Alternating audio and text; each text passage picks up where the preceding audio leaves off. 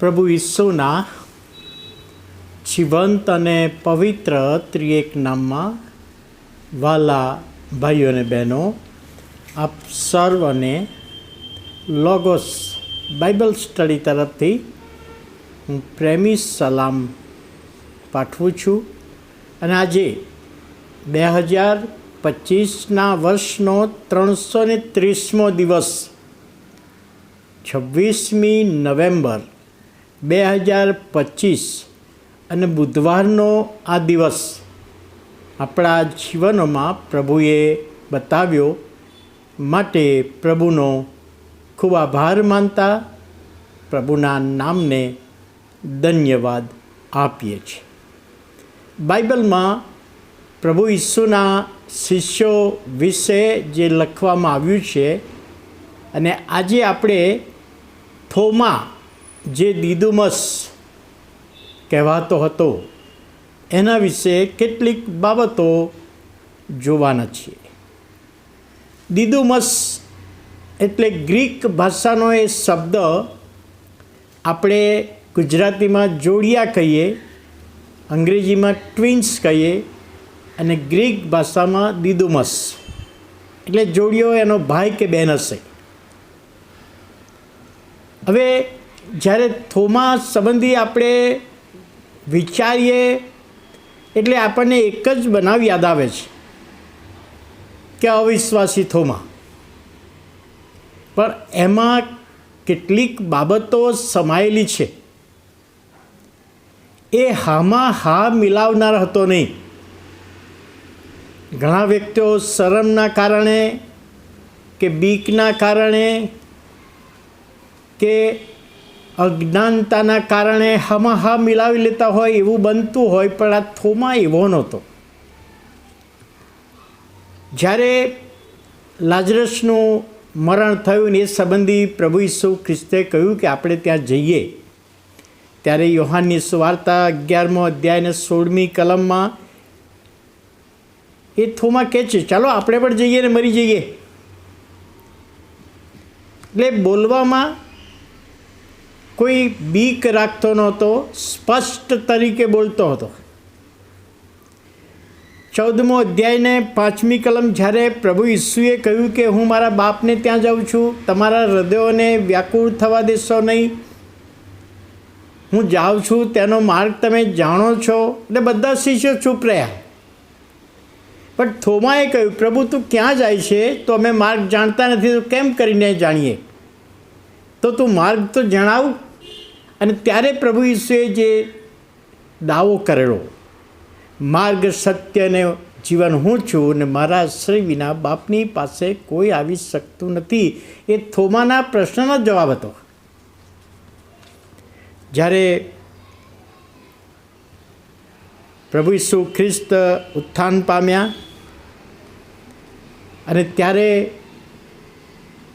શિષ્યોને પ્રભુ ઈસુએ પ્રથમ દર્શન દીધું ઉપલી મેળીમાં, ત્યારે આ થોમા ત્યાં હાજર નહોતો. અને બીજા શિષ્યોએ કહ્યું થોમાને કે અમે તો ઈસુને જોયા, તું ક્યાં ગયો હતો? ત્યારે થોમાએ શું કહ્યું? હું એના હાથમાં જે વેફ પડેલા એમાં આંગળી નાખી જોઉં, કૂંખમાં મારો હાથ મૂકી જોઉં તો હું માનું, તમારા કહેવાથી ના માનું. હવે આ બાબતને લઈને ભારત દેશને કેટલો ફાયદો થયો એ આપણે વિચારીએ. કારણ કે જ્યારે પુનરુત્થાન થયા પછી, સ્વર્ગારોહણ થયું ત્યાર પછી શિષ્યો જુદા જુદા દેશમાં ગયા, ત્યારે 52મી સાલમાં આ થોમા ભારત આવેલો. હવે ભારત એવો દેશ, જેટલા ઘર એટલા દેવ એમ કહેવાય. હવે એવો લોકોને વિશ્વાસમાં લાવવા માટે સાક્ષી જોરદાર જોઈએ. લખ્યું નથી, પણ એણે સાક્ષી કેવી આપી છે? 52ની સાલમાં કેરાલામાં માલાપોર બાજુ જ્યારે એ આવેલો ત્યારે થોમા ટ્રેડિશન તરીકે આપણે જાણીએ છીએ.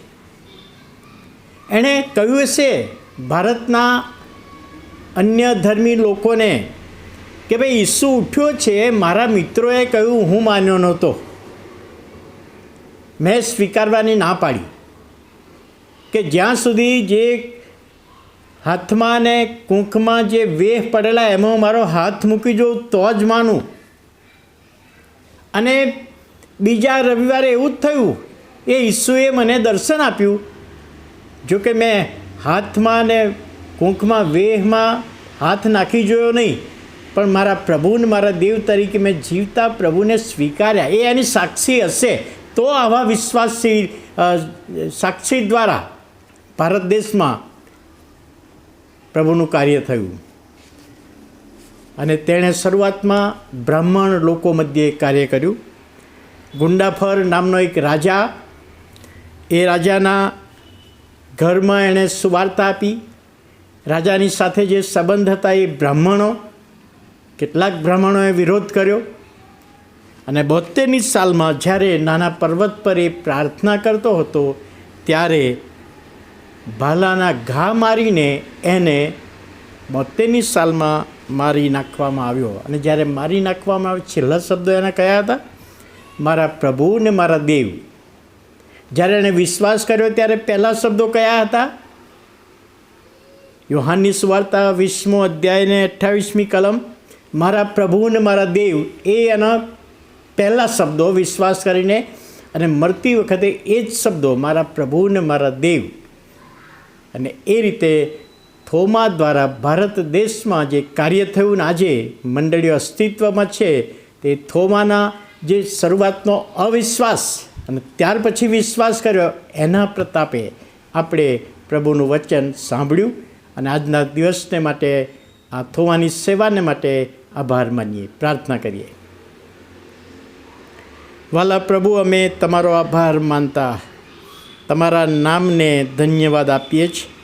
થોમાના જીવન માટે, સેવા માટે, બલિદાન માટે, અને અમારા દેશમાં એમના દ્વારા જે સુવાર્તા સાક્ષી પ્રગટ થઈ, આભાર માનીએ છીએ. તમારા હાથોમાં સોંપાઈએ છીએ. ઈસુ પ્રભુના નામમાં સાંભળો, માન્ય કરો. આમેન.